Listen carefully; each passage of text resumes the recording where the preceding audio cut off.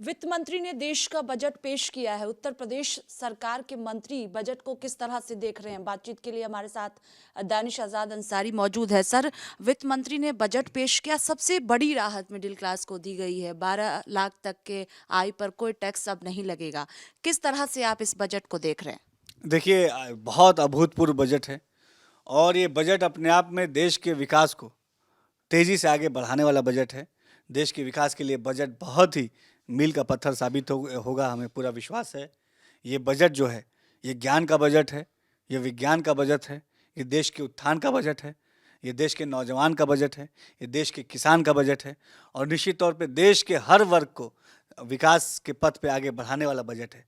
जिस तरीके से इस बजट में हर जाति धर्म पंथ के लोगों को ध्यान में रखा गया है, चाहे किसान भाई हो, नौजवान भाई हो, देश की हमारी महिलाएं हों, देश को सशक्त करने के लिए तमाम जो चीज़ें ज़रूरी थी उन चीज़ों को इस बजट में ध्यान रखा गया है।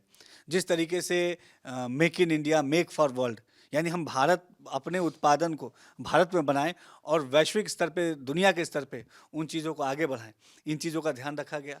नए हमारे आईआईटीज़ और जो मेडिकल की सीटें हैं उसको बढ़ाने का जो इसमें प्रावधान है, तो इससे हमारी साइंस टेक्नोलॉजी, हमारे इंजीनियरिंग, हमारी मेडिकल फैसिलिटी और मजबूत होगी। इसके साथ साथ जो एमएसएमईज़ हैं, स्टार्टअप्स हैं, उसको बढ़ावा देने के लिए तमाम प्रावधान है। एमएसएमई में लोन की स्लैब्स को बढ़ाया गया है, लोन का जो फैसिलिटी है उसको और आगे बढ़ाया गया है, 5 करोड़ से 10 करोड़ किया गया है। देश का सबसे बड़ी इसमें खास बात यह है कि देश का जो मध्यम वर्ग है, उस मध्यम वर्ग का ख्याल इस बजट में रखा गया है और जिस तरीके से टैक्स स्लैब में छूट दी गई है 12 लाख तक के आय को, ये बहुत ही बहुत बड़ा मूव है। हमारे मोदी सरकार का एक सकारात्मक कदम है हमारे मिडिल वर्ग के को विकास से जोड़ने का।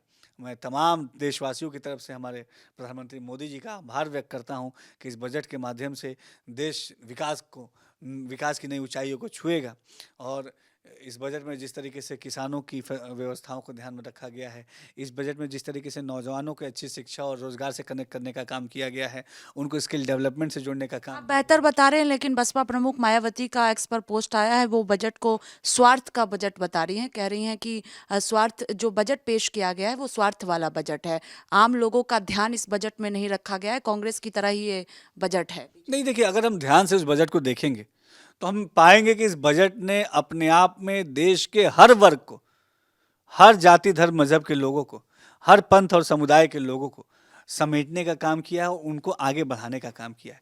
आज अब देखिए, सबसे बड़ा देश का तबका मिडिल वर्ग है। उस मिडिल वर्ग को अगर टैक्स में रिलैक्सेशन मिला तो ये अपने आप में बहुत बड़ा कदम है। हमारे बहुत रिलीफ मिला हमारे मिडिल क्लास के लोगों को, हमारे मध्यम वर्गीय परिवार के लोगों को। इसके साथ साथ जो नौजवान है, जो इनोवेटिव है, जो अच्छी शिक्षा में आगे बढ़ना चाहता है, जो नए नए प्रयोग करना चाहता है, जो अपना बिजनेस खुद खोलना चाहता है, उनको स्टार्टअप्स के जरिए, एमएसएमई के जरिए उनको कनेक्ट करने का काम किया गया। सपा कह रही है कि दिल्ली में चुनाव है, इसीलिए जो राहत है मिडिल क्लास को वो दिया गया है और बिहार को भी कई सौगातें मिली है। बिहार में भी चुनाव विधानसभा का होना है, इसीलिए ये जो है वो ऐलान किया गया है। देखिए, समाजवादी पार्टी हर बात को राजनीतिक चश्मे से देखती है और जनता का ध्यान भटका के अपनी राजनीतिक रोटियां सेकने का काम ये समाजवादी पार्टी का पुराना स्टाइल है। लेकिन अब ये बातें समाजवादी पार्टी की नहीं चलेंगी। देश और समाज ये देख रहा है, ये जान रहा है कि समाजवादी पार्टी अपने निजी राजनीतिक स्वार्थ के लिए देश के विकास को पसंद नहीं करती। आज अगर हमारा देश विकास की तरफ आगे बढ़ रहा है, हमारा देश समृद्धि की तरफ आगे बढ़ रहा है, हमारा देश खुशहाली की तरफ आगे बढ़ रहा है, तो इस बात से समाजवादी पार्टी को परेशान नहीं होना चाहिए। लेकिन समाजवादी पार्टी ने, बड़े अफसोस की बात है कि हमेशा अपने निजी राजनीतिक स्वार्थ को सर्वोपरि रखते हुए देश की जनता को गुमराह करने का एजेंडा समाजवादी पार्टी ने हमेशा उठाया है। लेकिन समाजवादी पार्टी का असली चाल चरित्र और चेहरा जनता के सामने उजागर हो चुका है।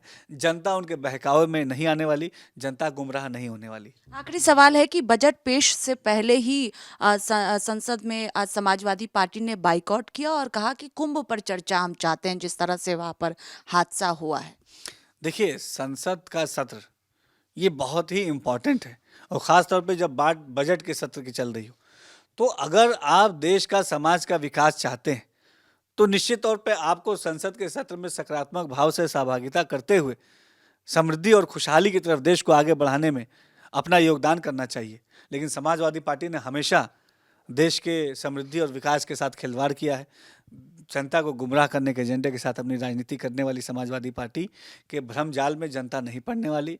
जनता जान रही है कि मोदी सरकार का ये बजट, ये विकासवादी बजट है, ये समृद्धि का बजट है, खुशहाली का बजट है, भाईचारे का बजट है और देश को विश्व गुरु बनाने की तरफ आगे बढ़ाने वाला बजट है। बहुत शुक्रिया बातचीत के लिए। देखिए, साफ तौर पर कहना है कि मोदी सरकार ने जो बजट पेश किया है उसमें सभी वर्गों का ध्यान रखा गया है। कैमरा पर्सन देवेंद्र के साथ स्वाति पाठक, भारत समाचार, दिल्ली।